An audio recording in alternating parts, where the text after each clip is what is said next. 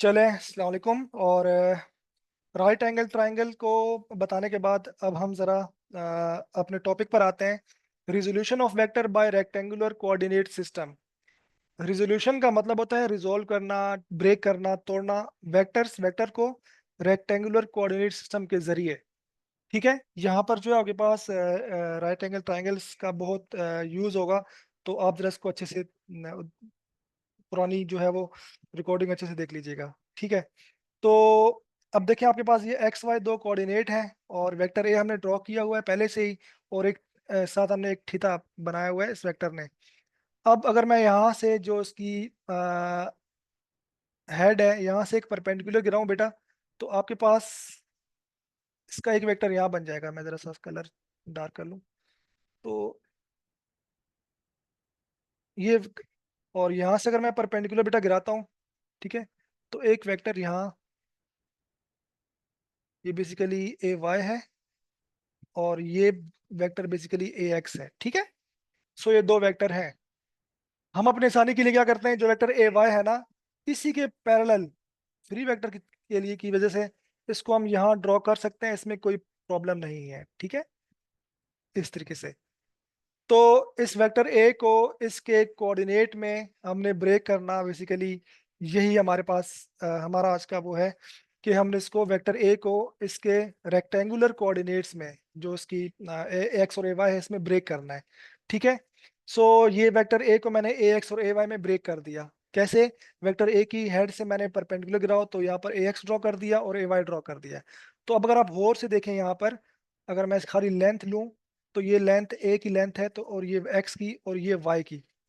ठीक है स्टूडेंट्स, ये ए वाई हमारे पास हो गया और ये हमारे पास ए एक्स हो गया और ये वेक्टर ए है। ये इनकी मैंने लेंथ ले ली। यहाँ पर एंगल थीटा है, ये हमारे पास बन रहा है 90 डिग्री। ठीक है बेटा, कोई प्रॉब्लम? बिल्कुल सिंपल है। वेक्टर ए को मैंने एक्स और वाई में ब्रेक किया, वाई को मैंने फ्री वेक्टर की वजह से उसके सामने ड्रॉ कर दिया ताकि हमारे पास राइट एंगल बन जाए। और राइट एंगल की ज्योमेट्री बड़ी इजी है और उसके हमारे पास उसके फॉर्मूले मौजूद हैं सॉल्व करने के लिए। अब देखें बेटा, अगर मैं आपको बताऊं तो इसकी एक साइड हमारे पास है, ये वाली साइड जो है, ये साइड हम कहलाएगी परपेंडिकुलर और ये वाली साइड कहलाएगी बेस, सिंपल। और ये साइड हमारे पास कहलाएगी हाइपोटेनियस। ठीक है, ये हाइपोटेनियस हमारे पास कहलाएगी। तो अगर मैं आपको बताऊं कि ट्रिग्नोमेट्रिक रेशियोज क्या है, तो आप सबको पता है कि साइन थीटा क्या होता है। साइन थीटा होता है परपेंडिकुलर अपॉन हाइपोटेनियस। ठीक है, तो वैल्यूज पुट करते हैं। साइन थीटा परपेंडिकुलर क्या है बच्चा? ए वेक्टर ए वाई लेंथ जो है, ए वाई है। और हाइपोटेनियस क्या है? सिंपल ए। ठीक है, तो यहाँ से अगर मुझे ए वाई फाइंड आउट करना है तो ए को मैं लेफ्ट साइड पे ले जाऊंगा, मतलब ए जो है ए साइन थीटा से मल्टीप्लाई हो जाएगा। ठीक है, ए जो है वो साइन थीटा से मल्टीप्लाई हो जाएगा और A Y equal to A sine theta. ये एक हमने फाइंड आउट कर लिया। सिंपल सी डेरिवेशन है, कोई मुश्किल नहीं है इसके। इतनी आसान खैर बोर्ड में आती भी नहीं है, लेकिन ये हमारे पास सो सिंपल है। और दूसरी भी हम लोग फाइंड आउट कर सकते हैं बिल्कुल कॉस थीटा लगाकर। तो कैसे, मैं आपको बताता हूँ। लाइक अगर आप देखें बच्चों, कॉस थीटा क्या होता है? कॉस थीटा होता है base upon hypotenuse, base upon hypotenuse. और बेस क्या है? बेस हमारे पास है ए एक्स, ये जो हमारे पास है ना, ये ए एक्स, ये बेस मतलब जो लेंथ है। और हाइपोटेनियस तो ए ही है। ए को बेटा वहां जाके कॉस से मल्टीप्लाई कर देंगे तो बन जाएगा ए कॉस ऑफ थीटा। तो ये हमने वेक्टर ए को ए एक्स ए वाई में ब्रेक कर दिया और यही हमने करना था। तो अगर मैं इसको एक साथ लिखूं तो A Y is always A sine theta and A X is always A cos of theta. ठीक है बच्चा?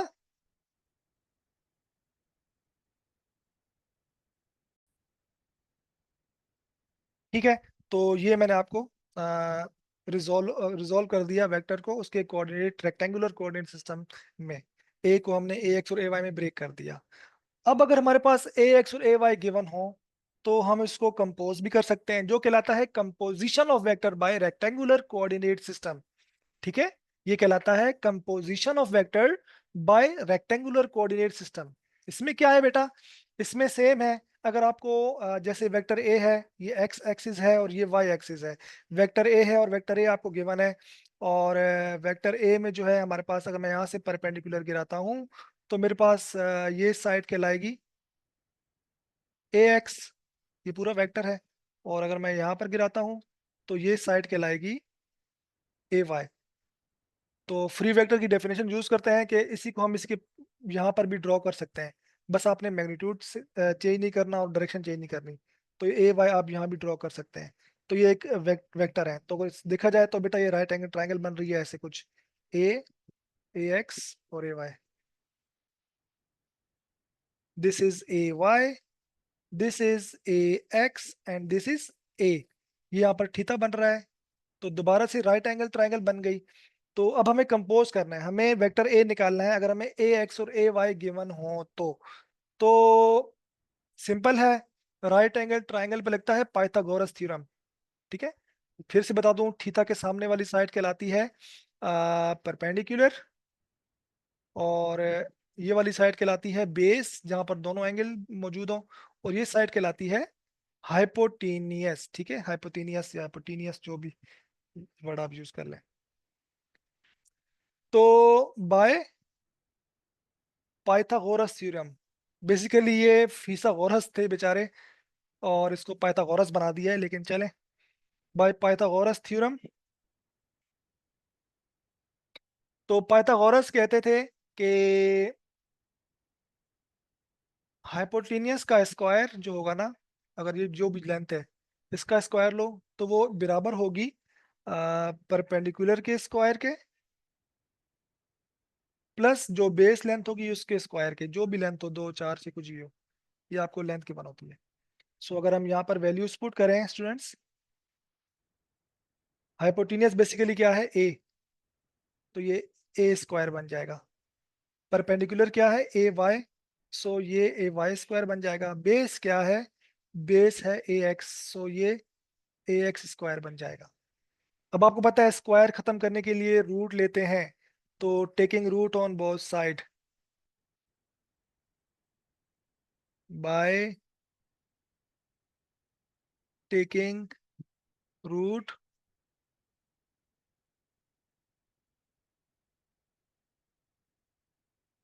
On both side. So A square है, ये ए स्क्वायर है, और ये A Y square plus A X square है। जब जहाँ पर, चलो मैंने उल्टा, सही है भी, ठीक है। तो हम क्या ले लेंगे, अंडर रूट ले लेंगे। ठीक है, क्या ले लेंगे, दोनों साइडों पर अंडर रूट ले लेंगे, यहाँ भी अंडर रूट लेंगे और यहाँ पर भी अंडर रूट ले लेंगे। ये वाला रूट कैंसिल आउट हो जाएगा, बट वहां पर चूंकि प्लस हो रही है ना दोनों, तो वो हम कैंसिल आउट नहीं कर सकते। ठीक है, सो वो हम कैंसिल आउट नहीं कर सकते, तो यह जस्ट रहेगा A, which will be equal to under root of A Y, या ए एक्स पहले लिख दो, कोई मसला नहीं है। ठीक है, मैं ए एक्स पहले लिख देता हूँ ताकि वो थोड़ा सा अच्छा लगता है, एक्स वाई। तो ये हमने निकाल दिया, कंपोज कर दिया। अगर आपको ए वाई ए एक्स गिवन हो तो आप कंपोज करके ए बना सकते हो, और अगर आपको थीटा गिवन हो और वेक्टर ए गिवन हो तो आप उससे निकाल सकते हो। अच्छा, डायरेक्शन भी पूछी जाती है। मैं आपको थोड़ा सा बता दूं कि अगर आपको पूछता है वेक्टर ए की डायरेक्शन किस तरफ है, ये थोड़ा सा एक्स्ट्रा मैं आपको बता दूं। तो बेटा डायरेक्शन के लिए क्या करते हैं, थीटा निकालने के लिए क्या करेंगे, जैसे मैं कहता हूँ फोर डायरेक्शन, अगर वो पूछ लेते हैं बोर्ड में कि डायरेक्शन भी बताओ थीटा, ए की डायरेक्शन किस तरफ है, तो आपने लगाना है टेंजेंट थीटा। टेंजेंट बेटा बेसिकली क्या होता है, टेंजेंट थीटा बेसिकली होता है परपेंडिकुलर अपॉन बेस। ठीक है, ये इसकी रेशो है, ये आपने याद करना है। साइन होता है परपेंडिकुलर अपॉन हाइप, बेस होता, कॉस होता है पर बेस अपॉन हाइप, और टेंजेंट होता है परपेंडिकुलर अपॉन बेस। सो अगर मैं यहाँ पर टेंजेंट लगाता हूँ तो ये बन जाएगा, परपेंडिकुलर है ए वाई और बेस है ए एक्स, तो हमारे पास ये कुछ बन जाएगा,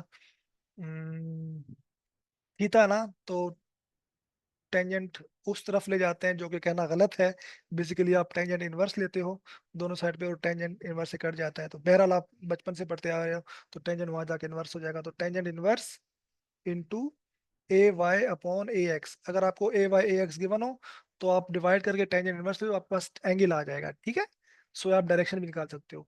तो ये 4 फॉर्मूले हम लोगों ने आपको आज बताए। ठीक है, एक बार मैं रिवाइज करवा देता हूँ दोबारा से।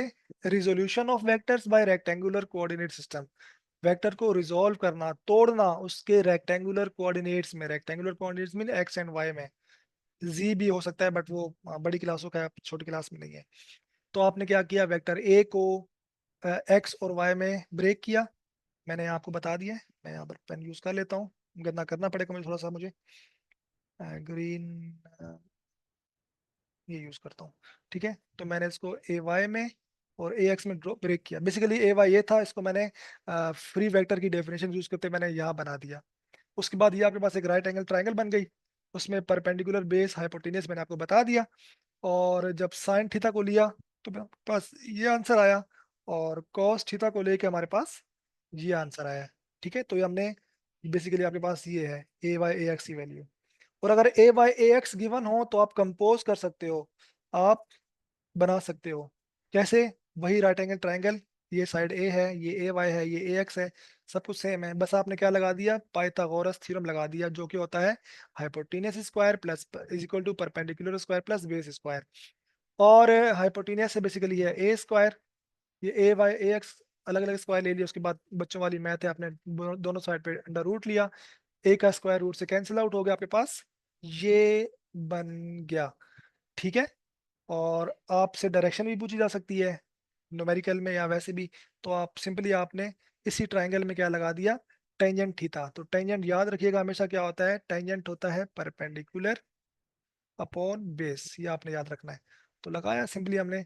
और ए वाई परपेंडिकुलर है ए वाई, ये ए वाई है, और बेस आपके पास ए एक्स था, हमने वैल्यूज पुट कर दी। और उसके बाद आपने इनवर्स लेके वैल्यू निकाल ली। ठीक है, सो ये हमारे पास आज का लेक्चर कंप्लीट हो गया। ये एक छोटी सी प्रॉब्लम है बेटा, कर लेते हैं। देखो बहुत आसान प्रॉब्लम है, इसको भी हम लोग कवर कर लेते हैं। जैसे if one of the rectangular components of a force of 100 Newton is 50 Newton. ठीक है, सवाल को समझने की कोशिश करो। कह रहा है one of the rectangular component of a force जो कि 100 न्यूटन है। अगर आप डेटा बनाओ, ठीक है, 100 न्यूटन की फोर्स का एक कंपोनेंट, मतलब एफ आपके पास है 100 न्यूटन, इसका एक कंपोनेंट जो है वो 50 न्यूटन है। अगर एक कंपोनेंट जो है वो 50 न्यूटन है, फाइंड द अदर कंपोनेंट। तो आपको एफ वाई जो है मालूम करना है। सही है, आप एफ वाई 50 कह दो, एफ एक्स मालूम करो। जब मेंशन नहीं है तो आपने कुछ भी नाम दे दिया। कह रहा है if one of the rectangular component of force of 100 is 50, कि 100 न्यूटन की जो फोर्स है उसका कोई भी एक कंपोनेंट 50 है, तो दूसरा फाइंड आउट करो। समझो बेटा, कह रहा है सवाल ये कह रहा है कि 100 न्यूटन की एक फोर्स का कोई एक कंपोनेंट 50 है, तो दूसरा बताओ। तो मैंने उसको एफ एक्स का नाम दे दिया, आप एफ वाई भी कह सकती हैं, कोई प्रॉब्लम नहीं है। अगर आप एफ वाई कहेंगे 50 न्यूटन, तो फिर आपको एफ एक्स मालूम करना पड़ेगा। ठीक है, सो आसान है, क्लियर है? तैयबा बेटा क्लियर है? ठीक है, तो सिंपल सा आपको एक सवाल है पास पेपर का। सो हम यहाँ पर लगा देते हैं कंपोजिशन वाला फार्मूला, जो कि हमने निकाला था कि एफ इज इक्वल टू, जैसे A is equal to A X square Y, तो यहाँ पर भी इस तरीके से F is equal to F X square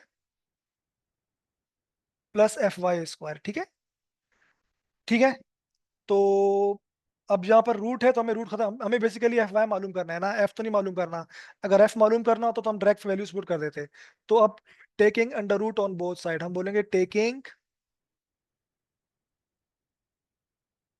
under root of both side. Sorry sorry sorry sorry, mistake, mind mistake. Under root क्यों लेंगे भाई, मुझे बताओ तो सही। रूट तो खत्म करनी है ना बच्चे, स्क्वायर लेंगे। ठीक है, taking by taking squaring on both side.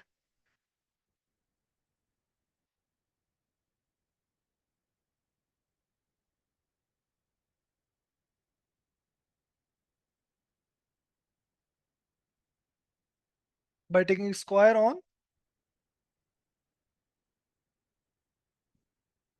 Both side, ठीक है। तो स्क्वायर लेते हैं दोनों तरफ, तो इस साइड पे भी स्क्वायर ले लेंगे, और under root F X square plus F Y square, इसकी तरफ भी होल स्क्वायर ले लेंगे। स्क्वायर लेने से क्या हुआ, ये से कैंसिल होके वैल्यूज आपके पास, तो यहाँ पर खाली एफ स्क्वायर बच गया, और यहाँ पर बचा आपके पास F X square plus F Y square. तो हमें एफ वाई मालूम करना है, तो एफ वाई को अलग कर लो। मतलब कहने का ये है कि एफ एक्स को राइट लेफ्ट पे ले आओ, यहाँ प्लस में था वहां पर आके माइनस का एफ एक्स हो जाएगा, स्क्वायर ले लो। राइट साइड पे जस्ट एफ वाई स्क्वायर बच गया।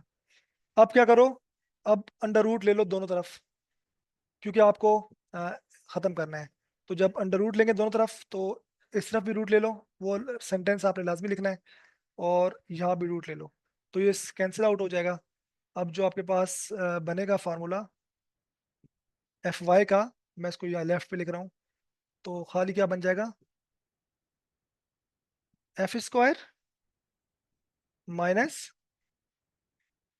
एफ एक्स स्क्वायर, ठीक है।